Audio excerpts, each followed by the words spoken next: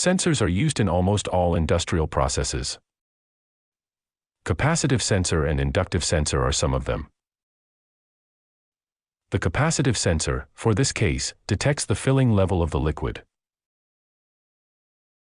while the inductive sensor detects if the containers are covered. Let's take a closer look at how the different types of capacitive and inductive sensors work, and some of the ways these sensors are used in automation. Firstly, let's see about the inductive proximity sensor. An inductive sensor is an electronic device that can detect ferrous metal objects at a given distance without physical contact. Some inductive sensors can also detect non-ferrous metal objects such as brass, aluminum, and copper. Although the detection range or distance of an inductive sensor on non-ferrous material objects decreases, the sensing distance depending on the material of the object can be found in the data sheet of the sensor, although this distance is not more than 80 millimeters. The four main external parts of an inductive sensor are the sensor face, the sensor body, the indicator light, and the connecting wires. Inside the sensor body is where the circuitry that makes the sensor work is located. In it, we find a coil, an oscillator, the trigger circuit, and the output circuit. The current oscillator allows the coil to generate an electromagnetic field. In this way, when the metal object enters the electromagnetic field, an induction current, or Foucault current, flows in the metal object due to electromagnetic induction. As the object approaches the sensor, the induction current flow increases, causing the load on the oscillation circuit to increase. Then the oscillation fades or stops. The sensor detects this change in oscillation state with the amplitude detection circuit and outputs a detection signal. In this way it works by detecting the metal lid of the container in the process shown above. When choosing a sensor, we must take hysteresis into account.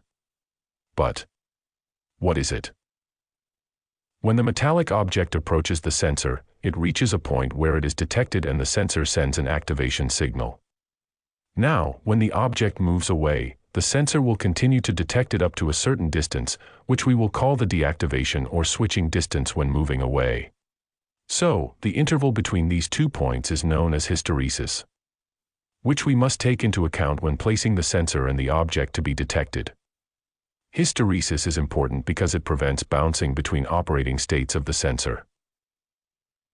Inductive sensors are available in many different configurations. They can be shielded or unshielded. A sensor is shielded if its inner coil has a metallic shield. Here we can see the internal configuration of the sensor in a cross-section. This shield is cylindrical in shape and covers the entire contour of the sensor coil. In this way, the detection of the object is limited only to the front of the sensor.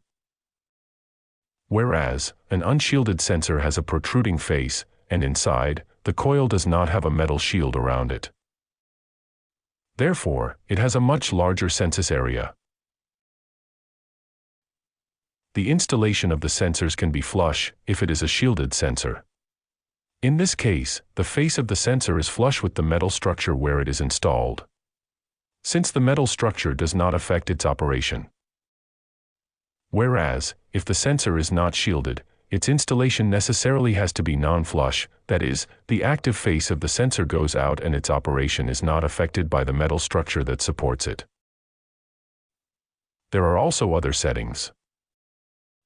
A sensor can be normally open or normally closed. If a metallic object approaches the normally open sensor, it detects the object and closes its contact, sending a high-level signal to its output. If a metallic object approaches the normally closed sensor, the sensor detects the object and opens its contact, sending a low-level signal to its output.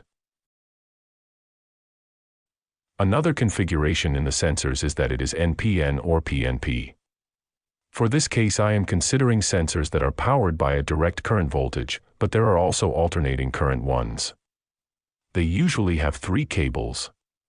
The brown wire connects to the positive power supply, the blue or light blue wire connects to 0 volts or negative power, and the black wire is where we get the signal from the sensor, which connects to the load, which can be a relay, a PLC, or any other controller. In another video, we will detail the connections that need to be made. I will leave the links in the description. The capacitive sensor. Its external appearance is very similar to the inductive sensor, since it consists of the same parts. But the difference is that it not only detects ferrous metal objects, it can also detect any other objects like plastic, mineral, glass, wood, paper, liquid, etc. As we can see, one of the applications is that it is used to detect the level of the liquid contained in a glass container. Capacitive proximity sensors react to alterations in electrostatic fields, since these are based on dielectric principles of capacitance to establish a detection field near the face of the sensor that creates a detection zone. It must be remembered that the inductive sensors that were previously seen react to changes in magnetic fields. Internally, the sensor consists of dielectric plates with a certain capacitance on the detector face, which is responsible for emitting an electrostatic field. The other important parts of the sensor are the oscillator, which is responsible for generating waves at a certain frequency, the trigger circuit, which is activated when it detects the object, and finally the output, which is where the signal is digitized. When an object approaches the sensor, it produces changes in capacitance, which alters the sensor's electrostatic field. The oscillator, for its part, remains inactive when the object is outside the electrostatic field produced by the dielectric plates.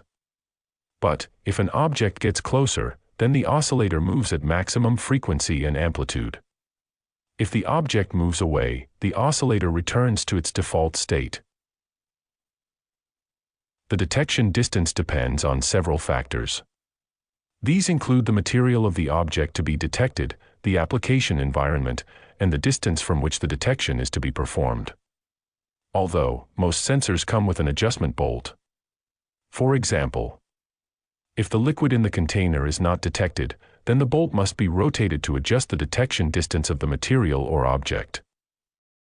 Capacitive sensors, just like inductive sensors, are also available in many different configurations. Among them we can see that they can be normally open and normally closed. In addition to being PNP configuration and NPN configuration, there are also shielded and unshielded sensors. Let's look at the features, similarities, and differences between these two types of sensors. Inductive sensor detects only metallic objects. Relatively low range, which will vary depending on the nature of the alloy. Robust and resistant in hostile environments, unalterable against shocks and vibrations, dust, etc. Relatively high switching frequency, which makes it possible to control the passage of parts at high speed even in rotation. No moving parts subject to wear. Capacitive sensor detects ferrous metals and any other type of material. They can detect objects through non-metallic walls. Alterable against humidity and dense vapors. Widespread use for level sensing, for example, through plastic bottles, and for short-range sensing of transparent materials. Absence of mechanical wear and long useful life regardless of its use. Well friends, here is this explanation. Remember that on the channel you can find videos related to instrumentation and control. Bye.